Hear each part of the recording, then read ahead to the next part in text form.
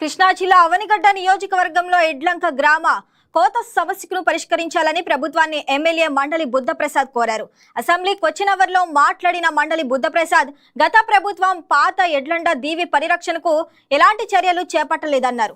NDA ప్రభుత్వం అధికారంలోకి వస్తే దివి పరిరక్షణకు చర్యలు చేపడతామని ఎన్నికల్లో వాగ్దానం చేసిందని గుర్తు చేశారు.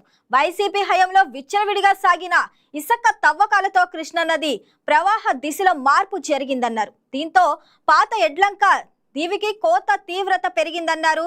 2023-24లో వచ్చిన వరదలకు పాత ఎడ్లంక దివిలో 15 నివాసాలు 300 ఎకరాల భూమి కృష్ణా నదిలో కలిసిపోయాయన్నారు. ఎడ్లంక కోత సమస్య కోసం త్రిబెట్ కమిటీ 3 సిఫార్సులు చేసిందని మంత్రి రామానాయుడు తెలిపారు. 50 కోట్లతో చుట్టూ వాల్ నిర్మించే ప్రతిపాదనకు ఆర్థిక శాఖ ఆమోదం రావాల్సి ఉందన్నారు. సమాధానం పాత ఎడ్లంక గ్రామాన్ని పరిరక్షించడానికి జనవనరుల శాఖ అధ్యయనాలను ప్రారంభించమని బుద్ధప్రసాద్ అధ్యక్ష ధన్యవాదాలు.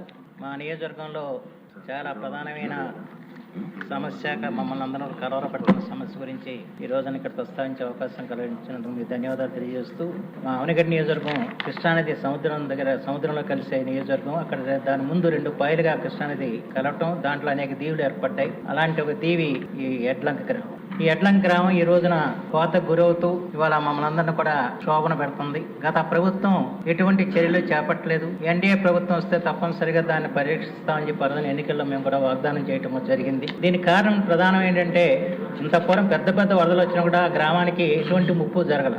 కానీ గత ప్రభుత్వంలో విచ్చలవిడిగా ఇసుక తవ్వకాలు ఒకటైతే, మరోపక్క నదీ ప్రవాహం కూడా గతి మార్చుకుంది. తత్ఫలితంగా ఇవాళ ఎడ్లంక గ్రామం ఇవాళ తీవ్రమైన కోతకు గురవుతూ 2023-2024లో వచ్చిన వరదలకి దాదాపు 15 ఇళ్ళు 300 ఎకరాలు నదిలో కలిసిపోయిన పరిస్థితి ఏర్పడింది. ఇప్పుడు మళ్ళా ఇంకో 48 ఇళ్ళు కొట్టుకుపోవటానికి సిద్ధంగా ఉన్నాయి. అంచేత ఈ గ్రామాన్ని మనం పరీక్షించాల్సిన అవసరం మాత్రం ఎంతైనా ఉందని చెప్పి మాత్రం ఈ సందర్భంలో మంత్రి గారికి తెలియజేసుకుంటూ, ఈ కొద్దిపాటి వరదలకే ఎడ్లంక దేవి కోతకు గురవుతూ ఆ గ్రామం మొత్తం కృష్ణానదిలో కలిసిపోయే ప్రమాదం పొంచి ఉన్నది కనుక తక్షణమే గ్రామ పరీక్షణకు చర్యలు చేపట్టాల్సిందిగా మీ ద్వారా గౌరవ మంత్రి గారిని కోరుతున్నాను. ధన్యవాదాలు అధ్యక్ష.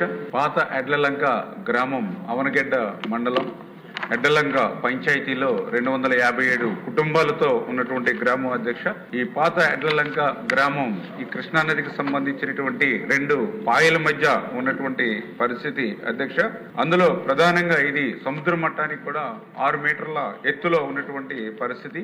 ఏదైతే ఈ యొక్క పాత ఎడ్లలంక గ్రామం సంబంధించి 2019 నుండి కూడా ఈ కోత ఎక్కువగా గురవుతున్నటువంటి పరిస్థితి అధ్యక్ష. ఎందుకంటే ఏదైతే యొక్క కృష్ణా నది ప్రవాహ మార్గం దిశ మార్చుకోవడం ద్వారా డైరెక్ట్ గా ఈ యొక్క పాత ఎడ్లలంక గ్రామానికి సంబంధించినటువంటి ల్యాండ్ మీద ఇది మరి ప్రెజర్ అవడంతో అక్కడ కోతకు గురవుతున్నటువంటి మాట వాస్తవం అధ్యక్ష.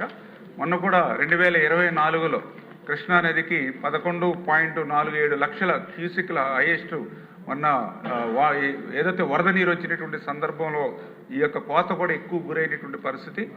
ఈ రోజు చూసినట్లయితే 2-3 లక్షల వరద నీరు వచ్చినా కూడా ఈ పాత ఎడ్లలంక గ్రామం మరి కోతకు గురవుతున్నటువంటి పరిస్థితి. అందులో భాగంగానే గౌరవ సభ్యులు చెప్పినట్లుగా 310 ఎకరాలు, అదేవిధంగా 200 మీటర్లు లోనికి చొచ్చుకుని వచ్చినటువంటి పరిస్థితి కృష్ణానది ఈ పాత ఎడ్లలంక గ్రామంలో ఉన్నటువంటి పరిస్థితి అధ్యక్ష.